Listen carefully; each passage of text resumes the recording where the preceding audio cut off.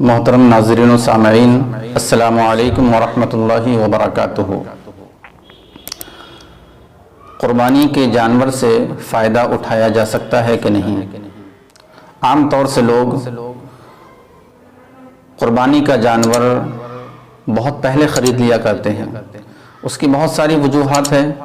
بہت سارے لوگ قربانی کا جانور اس لیے پہلے خرید لیتے ہیں تاکہ سستا مل جائے، یا اس لیے بھی پہلے خرید لیتے ہیں تاکہ ہم اس کی اچھے سے پرورش کر کے اس کو فروا کر سکیں، اسے خوبصورت بنا سکیں۔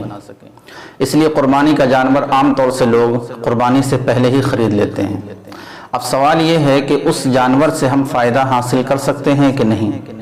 فائدہ حاصل کرنے کا مطلب یہ ہے کہ ہم قربانی کے جانور سے دودھ دو کر پی سکتے ہیں کہ نہیں پی سکتے، یا اس کو سواری کے لیے استعمال کیا جا سکتا ہے کہ نہیں کیا جا سکتا۔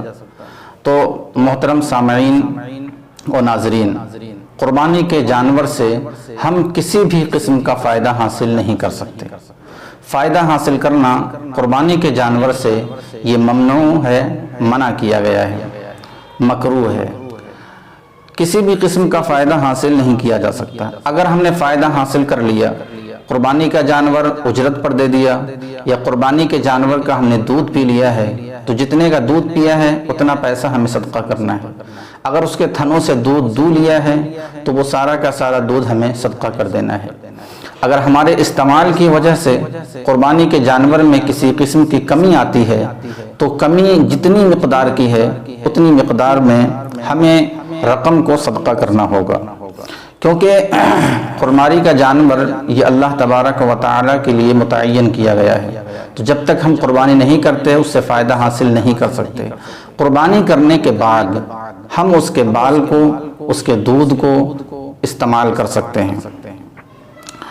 اگر کسی نے قربانی کا جانور خریدا اور اس کے پیٹ کے اندر بچہ ہے تو پھر اس کے لیے لازم ہے کہ اس بچے کو بھی ساتھ میں ذبح کر دے۔ ایک بہت ضروری اور اہم مسئلہ یہ ہے کہ اگر قربانی کا جانور ہم نے خریدا اور وہ حمل سے ہے، قربانی سے پہلے اگر بچہ پیدا ہو جائے تو ضروری ہے کہ قربانی کے ایام میں جانور کے ساتھ ساتھ اس بچے کو بھی ذبح کر دیا جائے۔ اگر کسی نے جانور کے ساتھ ساتھ بچے کو ذبح نہ کیا تو اس کے لیے لازم ہے کہ قربانی کے بعد وہ پورا بچہ صدقہ کر دیا جائے۔ اور اگر صدقہ بھی نہیں کیا اور اسے ذبح بھی نہ کیا اور یوں ہی 1 سال گزر گیا، اب وہ شخص یہ سوچے کہ ہم اسی بچے کو آئندہ سال جو بقرعید کا وقت آ رہا ہے اس میں ہم ذبح کر دیں، تو ایسا شخص اس جانور کو ذبح نہیں کر سکتا ہے۔ کیوں؟ اس لیے کہ اس جانور کو اسی کے ساتھ ذبح کرنا تھا، اب آئندہ سال قربانی میں اس بچے کو ذبح نہیں کیا جا سکتا۔ اگر کوئی ذبح کرے گا تو اس کی قربانی نہیں ہوگی، اسے دوبارہ جانور خرید کے قربانی کرنی ہوگی، اور وہ بچہ جو ذبح کیا ہے اس کا سارا گوشت ہمیں صدقہ کر دینا ہے۔